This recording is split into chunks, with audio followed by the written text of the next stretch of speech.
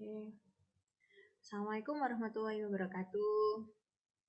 Jadi materi yang akan saya berikan kali ini adalah materi tentang regresi. Kalau misalkan di lab jadwalnya kan hanya regresi sederhana ya. Nah, kalau saya kepengennya kita gabung aja jadi satu. Jadi ini langsung regresi linier sederhana dan regresi linier berganda gitu ya.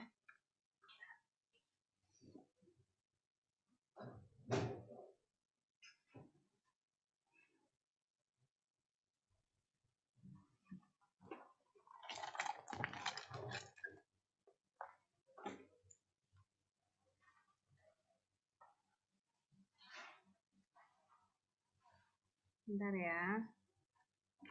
Saya lupa. Nah, kalau misalkan yang di akuntansi, ini kan saya kebetulan mengajar manajemen sama akuntansi. Kalau yang manajemen, insya Allah sudah pernah saya berikan ya materi ini. Terutama juga caranya memasukkan di SPSS juga sudah. Tetapi kalau yang akuntansi kan belum. Nah, ini saya coba jelaskan lagi. Jadi regresi itu sebenarnya apa, gitu ya. Kalau minggu lalu kita kan masuk ke korelasi. Kalau korelasi itu hanya mau mengetahui apakah ada hubungan atau tidak antara X dan Y, antara dua variabel, X dengan X atau X dengan Y, seperti itu ya. Nah, kalau misalkan regresi sekarang gimana Bu? Lah, kalau regresi ini hubungannya lebih jauh. Nah, kalau misalkan sudah ada hubungan, apakah dua variabel tersebut saling mempengaruhi? Nah, misalkan nih, kayak kamu sama orang tuamu, ya. Nah, kamu sama orang tuamu kan pasti memiliki korelasi ya, ada hubungan. Nah, apakah sesudah itu kalian memiliki ikatan regresi? Nah, kan gitu. Nah, regresi sendiri adalah salah satu analisis statistika yang bertujuan untuk memodelkan hubungan antara variabel independen dengan variabel dependen. Nah, kalau misalkan kamu sama orang tuamu gimana? Apakah saling mempengaruhi atau tidak? Apakah saling mempengaruhi atau tidak? Nah, saling mempengaruhi atau tidak?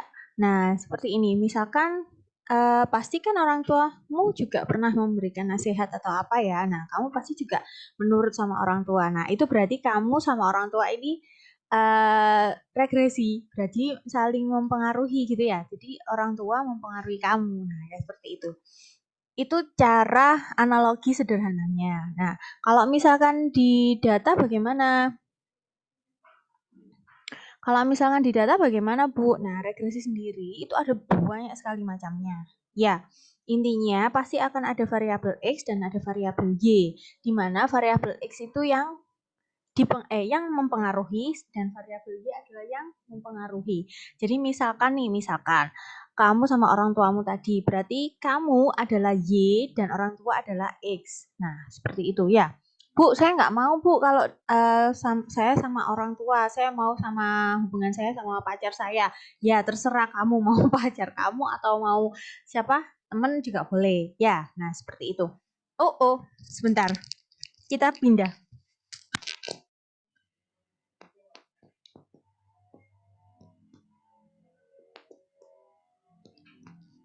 Oke, bentar ya, mohon maaf.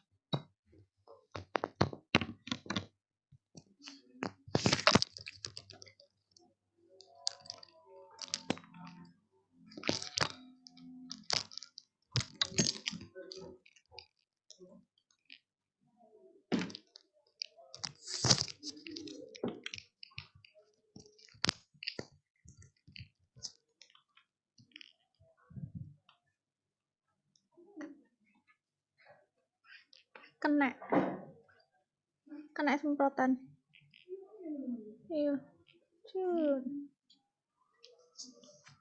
Ya.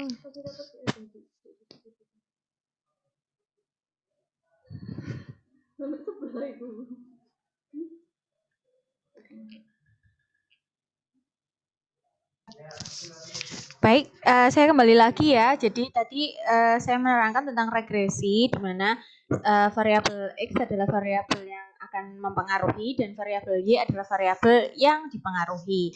Nah, apa bedanya? Tadi saya sebutkan bahwa regresi itu ada banyak sekali. Ada regresi sederhana, ada regresi linear berganda, ada regresi logistik, ada regresi ordinal, ada regresi dummy, ada regresi apa ya aja ya, banyak sekali. Tetapi yang memang sering dipakai adalah regresi linear berganda.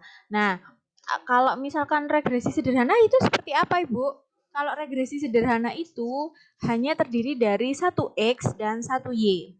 Gitu, ya. Tetapi kalau regresi berganda itu Y-nya 1, tetapi X-nya bisa lebih dari 1. Nah, seperti itu bedanya. Ya, jadi X-nya bisa 2, bisa 3, bisa 5. Bu, saya mau X-nya 10. Ya, enggak apa-apa. Itu masih dinamakan dengan regresi berganda. Nah, gitu nggih. Nah, model regresi sendiri itu adalah, sebentar. Jadi di regresi itu ada 3 hal yang biasanya dijadikan patokan. Apa yang biasanya dituju atau menjadi tujuan di dalam analisis regresi itu ada 3, yaitu 1, model regresinya seperti apa. Kemudian yang kedua, yaitu apakah X-nya berpengaruh terhadap Y. Nah, apakah X-nya berpengaruh terhadap Y ini itu ada 2 uji, yaitu uji T dan juga uji F. Nah, kalau uji F itu biasanya dipakai begini. Jadi kalau uji T itu menguji secara individu masing-masing. Jadi misalkan kalau ada X1, Y1 maka mereka memakai uji T. Tapi kalau X-nya lebih dari 1, misalkan ada X1 sama X2. Nah, masing-masing mereka akan diuji bersama dengan Y, X1 dengan Y, X2 dengan Y. Nah, itu pakai uji T. Tapi kalau mereka diuji secara bersama-sama, itu memakai uji namanya adalah uji F. Nah, itu dinamakan dengan uji secara simultan. Nah, gitu. Nah, jadi itu sebenarnya yang tujuan-tujuan yang ada di regresi sendiri. Nah, terus ada apa lagi, Bu? Nah, sebelum kalau misalkan yang lebih advance, kamu bisa pakai uji asumsi klasik. Nah, tapi kadang-kadang memang uji asumsi klasik ini tidak dikerjakan, jadi tergantung pada penelitiannya sih. Tapi memang kalau lebih baik dikerjakan, jadi dilakukan uji asumsi klasiknya. Kalau misalkan tidak, ya enggak apa-apa, monggo gitu. Terserah pada peneliti masing-masing. Tapi harusnya pakai gitu ya. Nah, terus kalau materinya sendiri bisa kamu baca di sini. Ya, ini ada model regresinya, yaitu ada Y sama dengan A plus BX. Nanti saya akan ceritakan, saya akan terangkan gimana cara membentuknya. Kemudian ada di sini ada pengujian koefisien, ini adalah uji T ya. Ini uji T. Kemudian nanti ada lagi uji F di bawah ini. Uji T nanti dilakukan sama persis seperti itu. Nanti akan saya terangkan bagaimana caranya. Sebentar ya, ini baterainya habis, kita pause dulu, nanti saya akan kembali lagi. Oke, kita kembali lagi. Ini adalah contoh datanya kalau misalkan sudah dimasukkan ke SPSS ya. Jadi ada X sebagai variabel independen yang akan mempengaruhi dan Y sebagai variabel dependen yang dipengaruhi. Tapi sama seperti korelasi juga kita masih menduga apakah X ini benar-benar mempengaruhi Y atau tidak. Makanya kita tetap akan melakukan uji T gitu ya, menguji koefisien menguji koefisien regresinya seperti itu. Nah, ini ada X sama Y, ini nanti silakan dipraktekkan sendiri, dimasukkan ke dalam SPSS-nya ya. Nah, nanti setelah itu bagaimana, Bu? Gitu kan. Nah, setelah itu kita langsung regresikan, diklik analyze, kemudian regression, di sini ada linear. Nah, X itu masukkan ke independen dan Y masukkan ke dependen. Caranya kalau misalkan kamu lupa mana yang dependen, mana yang independen, itu gini. Kalau X itu pasti bisa lebih dari 1 ya, maka kotaknya pasti lebih lebar. Kalau Y itu cuma 1, maka dia kotaknya cuma sekutak ini, cuma sekuplik ini. Jadi pasti yang dimasukkan ke atas ini hanya Y saja, gitu ya. Jadi jangan kebalik. Nah, itu untuk mengingat-ingat kalau misalkan kamu lupa mana yang dependen dan independen. Oke. Nah, sekarang diklik statistik. Oke, sebentar. Ini ada covariant matriksnya dicentang, collinearity diagnosisnya dicentang, kemudian residualnya dicentang Darwin-Watson. Oke, kita continue. Bu, kenapa kok harus centang itu? Jadi sebenarnya yang saya centang-centang itu tadi untuk uji asumsi klasik. Jadi biar sekalian ya, tapi saya menerangkannya di video selanjutnya aja gitu ya. Kan uji asumsi klasik nggak ada di materi lab, Bu. Iya, udah apa-apa. Ya, bonus. Daripada nanti ini materinya selesai. Saya tahu kamu mesti nggak kebanyakan materi. Tapi nggak apa-apa. Nggak apa-apa. Kemudian kita klik save. Ada residual ini di sini. Kita klik yang unstandardized. Kemudian kita continue. Kemudian udah semuanya kita oke. Tadam. Nah, ini outputnya. Apa kemarin? Ini adalah output SPSS dan ini adalah yang harus kita telaah atau harus kita lakukan analisisnya. Nah, gitu ya, Nak ya. Nah, sekarang ini apakah masuk ke screen? Sebentar. Oh, masuk screen ya. Oke. Ini masuk ke screen. Soalnya biasanya dia enggak masuk ke screen. Oke, ini karena ini masuk ke screen sekarang. Caranya menganalisis seperti apa, Bu? Oke, kita sekarang harus buka apa namanya Word.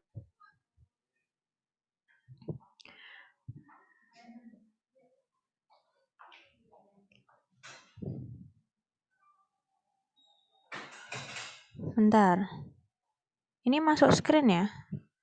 Yang ini masuk screen ya? Oke, output ya. Ini namanya output SPSS. Jadi ini silakan dipindah ke Word, kemudian kita lakukan analisis. Oke, kita pindah dulu ya. Ini di copy. Sama ini di copy. Copy satu-satu.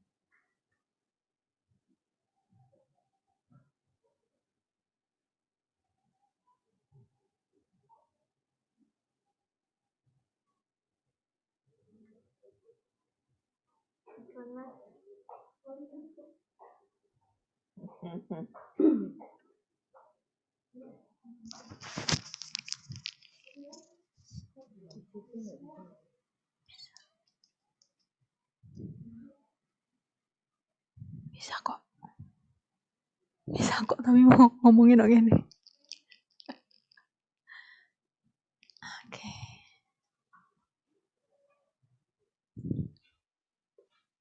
Oke. Ini sekarang sudah saya pindah semuanya ke Word. Nah, caranya menganalisis seperti apa, Bu? Nah, pertama kita fokus ke tujuan kita tadi ya. Pertama adalah kita pengen tahu model regresinya seperti apa, gitu ya. Kita tulis di sini. 1. Model regresinya. Ini aku gak. Kemudian kita akan melakukan pengujian koefisien regresinya. Saya tambahi ya, apakah model regresinya sudah bagus.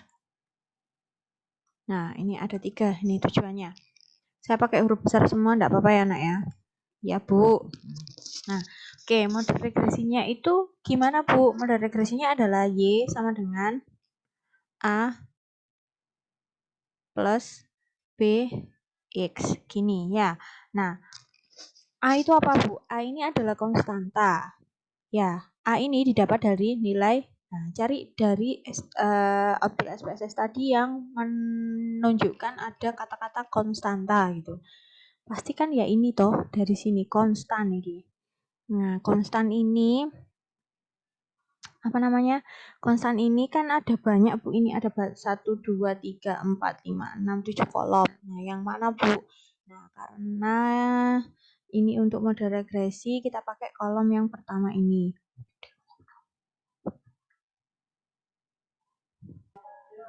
Oke, baik. Oke, baik. Ini saya mulai lagi. Jadi ini kan ada kolom B. Kolom B. B ini adalah kolomnya yang dipakai untuk model regresi, ya. Nah, jadi di sini nanti kita tulis Y sama dengan A adalah konstan, maka nilainya adalah yang ini, 91,242. Maka ini 91,242 ditambah B-nya adalah, karena B ini gandengannya X, maka kamu harus melihat variabel X ini. Nah, di sini 1,349 X. Nah, seperti ini. Kita lihat tadi X-nya apa? Belum. Nggak ada ini. X-nya apa ya? Di modul ya. Bentar. Di modul X-nya adalah kualitas layanan dan Y-nya adalah penjualan barang. Oke. Jadi, mengartikannya bagaimana, Bu? Jadi, mengartikannya adalah seperti ini. Saya tulis dulu ya. Artinya Y penjualan barang akan mengalami peningkatan sebesar 1,349 jika nilai X, yaitu kualitas pelayanannya, bertambah 1 satuan. Dan jika nilai X-nya 0 atau tidak melakukan pelayanan kualitas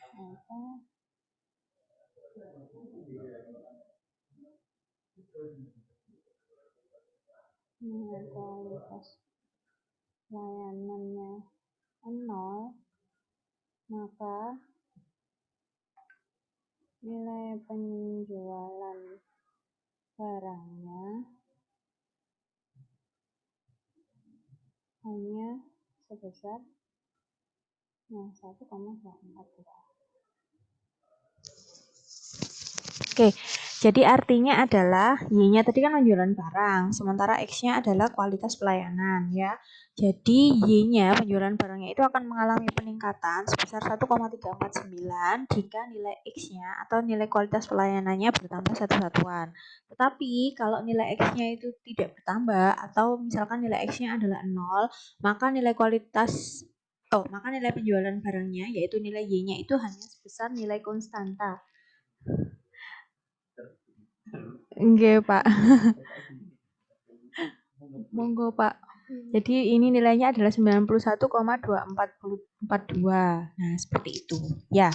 Nah, kemudian setelah itu ada pengujian koefisien. Pengujian koefisiennya ini gimana, Bu? Nah, pengujian koefisiennya ini adalah nilai uji T seperti ini. Sebentar, setelah ini saya tuliskan terlebih dahulu.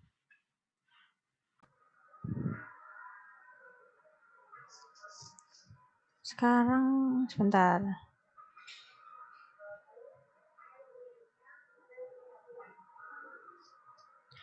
Masih ini kan ya, masih saya lanjutkan lagi untuk pengujian hipotesisnya. Nah, karena kita masih ada 1X, maka kita, sebentar, ini langkah-langkahnya ya. Langkah-langkahnya mulai dari perumusan hipotesis, kita beri simbol A, kemudian,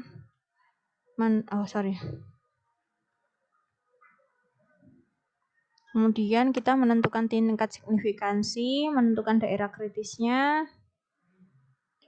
lalu ada menentukan ini statistik ujinya.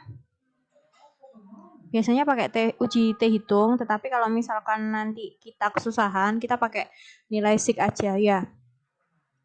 Nah, ini nggak apa-apa, nanti ini ada keputusannya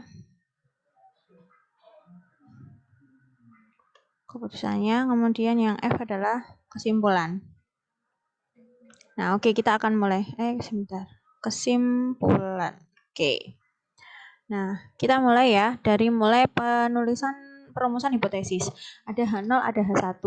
Nah, kenapa kok di sini ditulis H0 adalah beta sama dengan 0 dan H1 beta tidak sama dengan 0? Karena seperti ini. Karena tadi seperti yang model regresi yang kita tulis tadi di atas ini kan ada A plus BX ya. Nah, B sendiri itu ada di model lain itu yang dimana A sama B ini disimbolkan dengan alfa sama beta. Nah, maka X ini menunjukkan, beta ini menunjukkan adalah koefisien dari variabel X, koefisien regresi dari variabel X. Sehingga kita tuliskan perumusan hipotesisnya adalah beta sama dengan 0 dan beta tidak sama dengan 0. Jadi ibaratkan bahwa H0, H1 itu adalah sama seperti yang saya jelaskan saat korelasi kemarin, bahwa H0, H1 itu. H0, H1 itu adalah dua orang yang akan kelamar kamu. Nah, kayak gitu ya. Nah, maka sekarang keterangannya apa, Bu? Kalau H0 beta sama dengan 0 itu adalah variabel independen X tidak berpengaruh terhadap variabel dependen Y, sementara yang H1-nya variabel independen X berpengaruh terhadap variabel dependen Y. Nah, sama seperti yang korelasi kemarin, B adalah menentukan nilai tingkat signifikansi, di mana sudah kita tentukan bahwa tingkat signifikansinya atau alfanya adalah sebesar 5%. Kenapa, Bu, kok pakai 5%? Ya, ini yang paling umum dipakai karena di tengah-tengah antara 1% dan 10%. Bu, apa boleh saya pakai 10%? Boleh sekali, tapi teman-temannya tergantung pada peneliti masing-masing. Dan biasanya yang sering dipakai adalah memang yang 5%, karena nilainya berada di tengah-tengah. Tidak terlalu tinggi dan juga tidak terlalu rendah. Nah, gitu ya. Oke, sekarang kita akan menentukan daerah kritis. Menentukan daerah kritisnya sama seperti yang kemarin-kemarin juga, ada H0 diterima dan juga H0 ditolak. Nah, yang beda di sini adalah di sini ada T. Nah, saya sih tergantung ya, terserah kamu mau pakai sig, mau pakai T, boleh. Jadi terserah nanti mau pakai yang mana. Nah, misalkan kalau kamu mau pakai T, ini adalah H0 diterima apabila nilai T hitungnya terletak di antara min T tabel dan T tabel. Oh ya, sebentar. Jadi kalau misalkan alfanya ini 5%, di sini 0,05. Nah, ini harusnya kamu menentukan nilai T tabelnya dulu. Jadi ada yang namanya T tabel. T tabel itu adalah seperti rumus yang saya tulis di daerah kritis ini. Oh, saya nggak kelihatan ya. Oke, sebentar.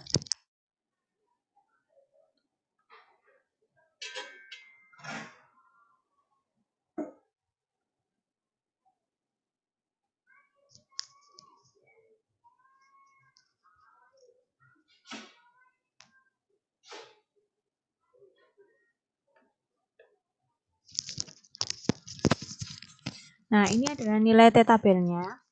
T tabelnya adalah T alfa dibagi 2, N min P min 1. Nah, ini jadinya seperti apa, Bu? Sebentar.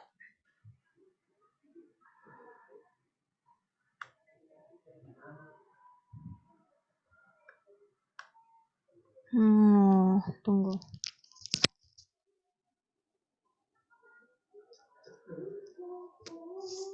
Oke, jadi nilainya ini adalah sebagai berikut ya. Saya beri keterangan dulu. N itu adalah jumlah datanya. Jumlah datanya tadi adalah 10. Kemudian P adalah jumlah X-nya. Jumlah X-nya adalah 1 ya. Kemudian min 1. Ada juga rumus yang menunjukkan bahwa N langsung dikurangi jumlah variabel. Jadi variabel X sama Y ya. Jadi 1 itu adalah variabel Y-nya. Gitu ya. Nah, seperti itu. Maka nilai T tabelnya bagaimana, Bu? Nah, nilai T tabelnya bisa kita cari pakai Excel. Nah, sekarang kita ke Excel dulu. Ribet banget ini ya. Oke. Jadi kalau kamu pakai alfa 5%,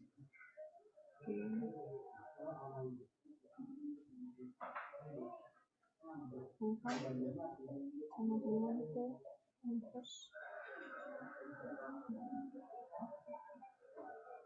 ini adalah nilai 10 dikurang.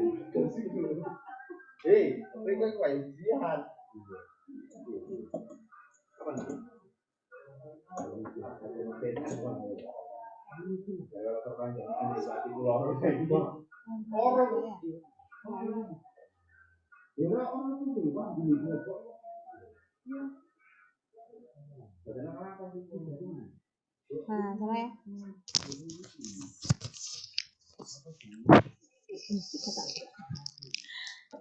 Jadi jadi kalau alfanya 5%, kamu tinggal menuliskan rumusnya. Maaf, Pak.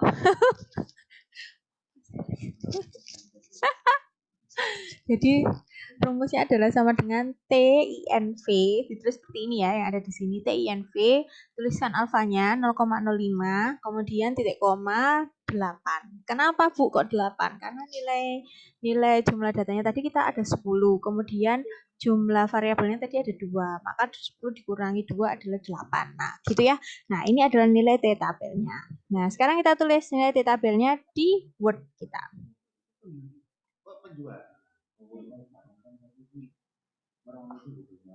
Nah, ini. Maka sekarang kita akan menuliskan di sini. Ini berarti nilai T tabelnya 2,30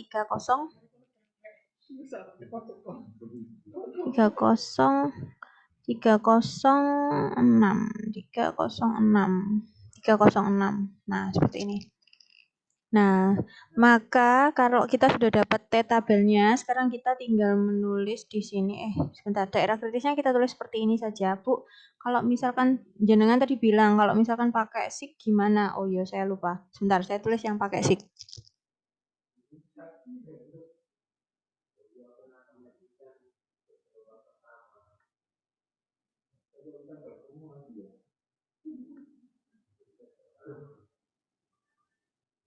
Nih, karena diterima apabila nilai sig kurang dari alfa.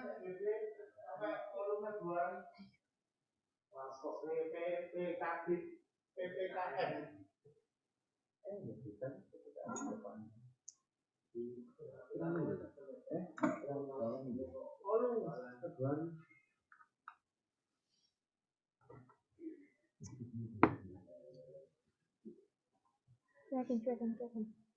Aku sih online.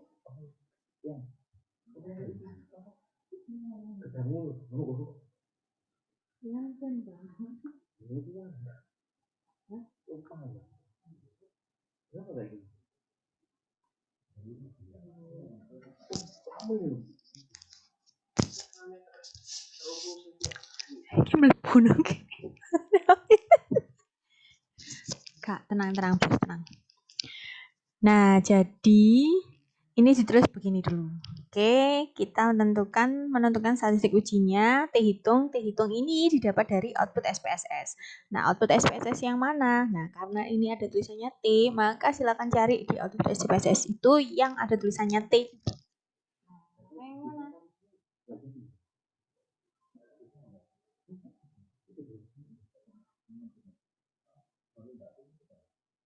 Nah, ini ada nilai T, tapi yang X ini ya. Nah, yang nilai X ini ada nilai T, maka 2,468. 2,468. Nah, itu. Ya. Oh, ini kan kita udah langsung nulis ya. Nah, sebentar. Ini berarti 2,34 apa? Nah, ini.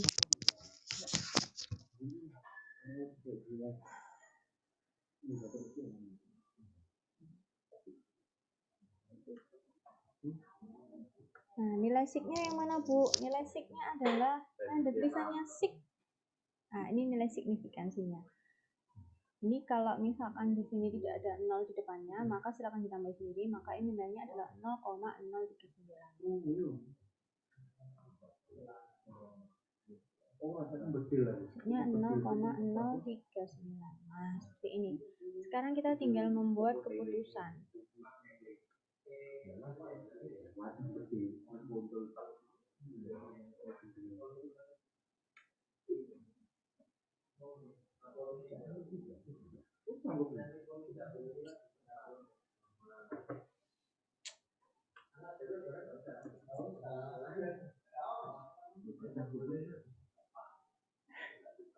Ya video Pak. Video.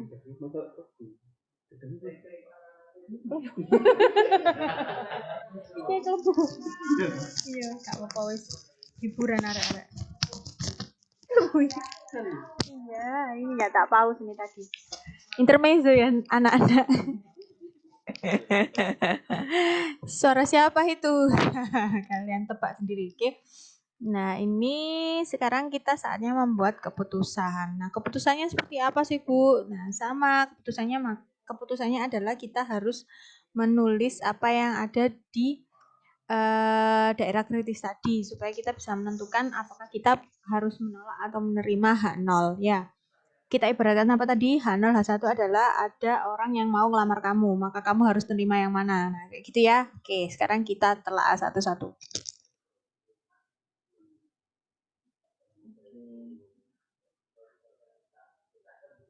Nah, ini silakan ditulis. Ini kan T-tabel, maka kita tulis berapa tadi T-tabelnya? 2,306. Karena min, maka kita tinggal ngasih nilai minus aja. Gitu ya. Kalau nggak min gimana Bu? Ya tetap kita tulis seperti ini. T-hitungnya berapa? T-hitungnya adalah 2,348. Nah, kemudian nilai signya kita masukkan di sini. Ini 0,039. Nilai alfanya 0,05. Ini dimasukkan juga di sini 0,039.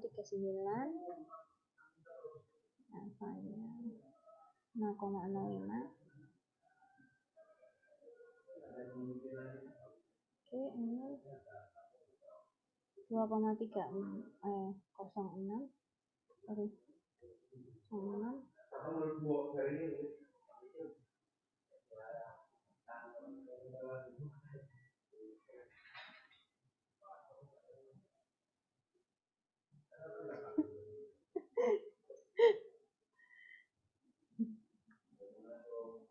Oke.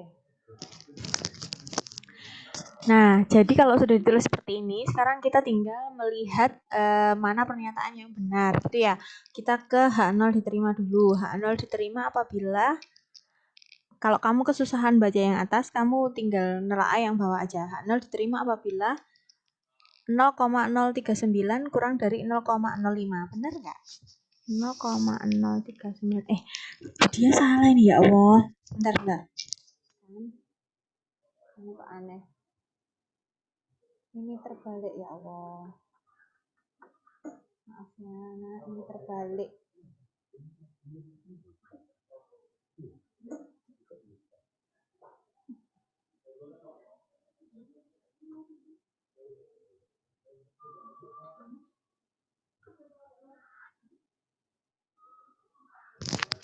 Nah, gini. 0,039 apakah lebih besar dari 0,05? Jelas salah ya. Nah, karena H0 diterima ini salah, maka kita hapus pernyataan H0 diterima ini.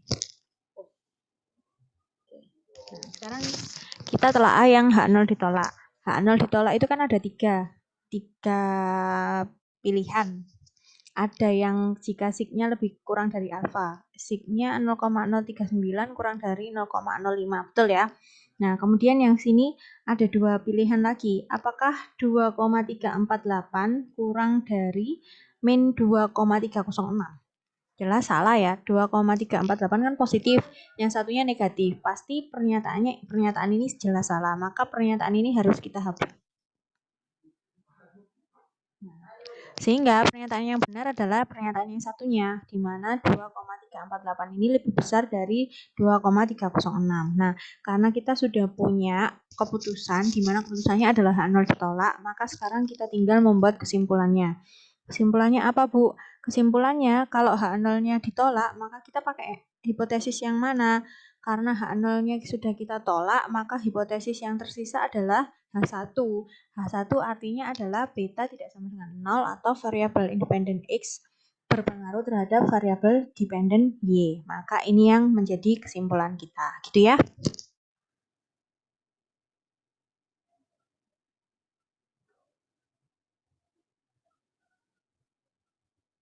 Nah, sampai di sini pengujian regresinya sudah selesai.